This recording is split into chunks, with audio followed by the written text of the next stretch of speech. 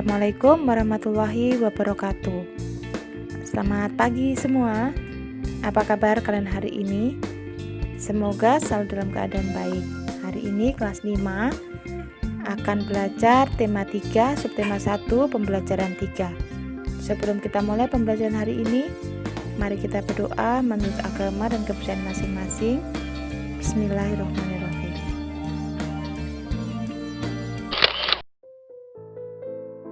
Hai, masih ingat dengan sistem pencernaan pada manusia? Mari kita bahas kembali. Pencernaan manusia dimulai dari mulut, kemudian ke kerongkongan, lambung, usus halus, usus besar, terakhir ke anus. Untuk lebih jelasnya lagi, mari kita simak uraian berikut. Nah, di sini mari kita simak kembali uraian tentang organ pencernaan manusia. Awalnya, makanan dikunyah di dalam mulut dengan gigi, kemudian meluncur masuk ke kerongkongan, kemudian masuk ke lambung. Di lambung, makanan diubah menjadi bubur makanan, yang kemudian diserap oleh usus halus.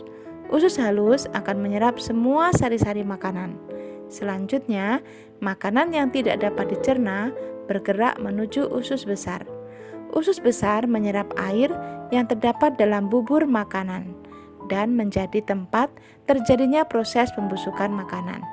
Kemudian, makanan yang sudah melalui proses tersebut masuk ke anus untuk kemudian dibuang. Bagaimana? Sudah mengerti kan tentang sistem pencernaan pada manusia? Jangan lupa makan makanan yang sehat ya, agar kesehatan organ pencernaan kita terjaga.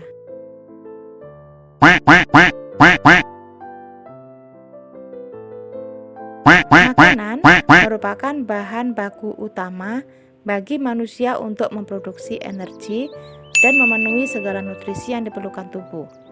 Makanan yang sehat ialah makanan yang mengandung semua zat gizi yang dibutuhkan oleh tubuh. Apakah dalam proses tersebut manusia berinteraksi dengan lingkungannya? Dalam pemenuhan makanan, manusia tidak dapat bekerja sendiri. Contohnya, dalam budidaya padi, manusia melakukan interaksi sosial dan interaksi dengan lingkungan hidup.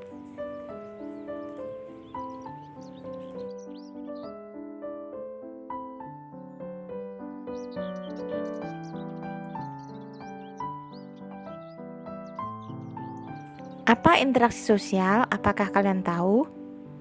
Interaksi sosial adalah hubungan sosial yang menyangkut hubungan antar individu, individu dengan kelompok, dan kelompok dengan kelompok. Interaksi dengan lingkungan hidup merupakan interaksi antara manusia dengan lingkungan yang terbentuk secara alami. Contohnya, gunung, sungai, rawa, dan lain-lain.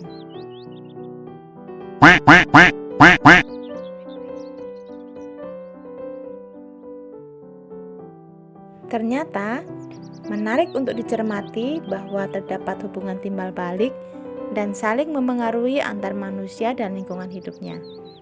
Amatilah lingkungan sekelilingmu.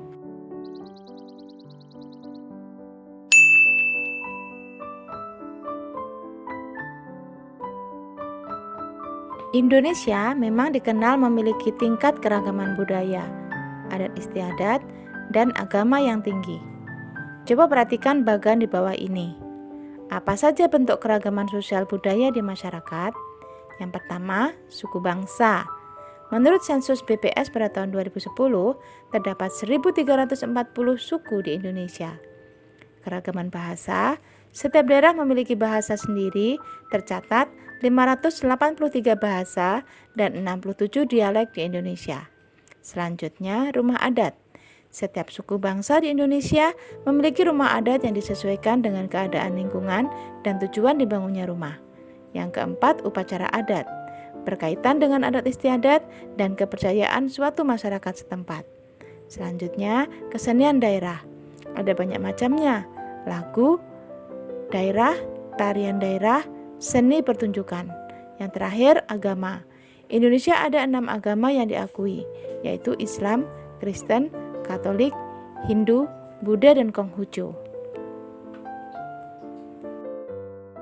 Kemajemukan menjadikan Indonesia unik. Apa penyebabnya? Perhatikan uraian berikut. 1. Perbedaan sejarah dan latar belakang munculnya masing-masing daerah. 2. Perbedaan lingkungan dan bentang alam di setiap daerah. 3. Perbedaan kepercayaan dan adat kebiasaan. Yang keempat, keterikatan setiap suku pada lingkungan tempat tinggalnya. Masyarakat Indonesia merupakan masyarakat yang mengonsumsi beras tertinggi dibanding negara-negara lain. Meskipun Indonesia negara agraris, namun persediaan pangan tidak seimbang dengan laju pertumbuhan penduduk. Bahkan, sebagian masyarakat Indonesia ketergantungan pada beras. Padahal beras penyebab penyakit diabetes tipe 2. Untuk mengurangi konsumsi karbohidrat, banyak jenis makanan lain yang mengandung karbohidrat, seperti jagung, ubi, singkong, talas, kentang, dan sagu. Salah satu cara pemerintah mengkampanyekan untuk mengurangi konsumsi beras yaitu tidak makan nasi 1 hari dalam seminggu. Perhatikan iklan di bawah ini. Iklan tentang singkong sebagai pengganti nasi. Kandungan singkong per 100 gram mengandung air, besi, kalsium, fosfor, kalori, karbohidrat, lemak, protein, vitamin B1. Makanlah singkong sebagai pengganti nasi. Solusi makanan sehat, harga rakyat, rasa pejabat. Kalian perhatikan kalimat persuasif pada iklan tersebut. Dari iklan tersebut, diharapkan masyarakat akan terpengaruh. Agar masyarakat bisa terpengaruh, maka iklan dibuat semenarik mungkin. Masih ingatkah kamu unsur-unsur dalam sebuah iklan? Cobalah identifikasi iklan tentang singkong tersebut. Dalam sebuah iklan terdapat 3 unsur, yaitu kalimat iklan, kata kunci, dan observasi gambar. Bagian yang mana disebut kalimat iklan, yaitu makanlah singkong sebagai pengganti nasi. Dan yang disebut kata kunci, solusi makanan sehat, harga rakyat, rasa pejabat. Untuk observasi gambar, gambar tersebut menjelaskan bahwa singkong mengandung berbagai macam zat yang dibutuhkan oleh tubuh, sehingga singkong dapat dijadikan alternatif pengganti nasi. Semoga kalian paham penjelasan tentang unsur-unsur dalam sebuah iklan. Hari ini kita sudah belajar dan membahas percakapan tentang sistem pencernaan. Juga belajar tentang interaksi sosial dan keragaman budaya. Semoga kalian paham ya.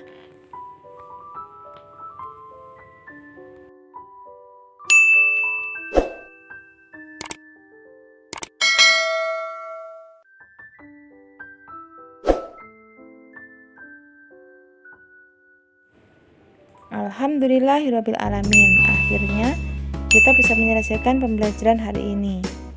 Semoga kalian paham, semoga bermanfaat. Mohon maaf jika ada salah-salah kata. Wassalamualaikum warahmatullahi wabarakatuh. Sampai jumpa lagi di pembelajaran 4.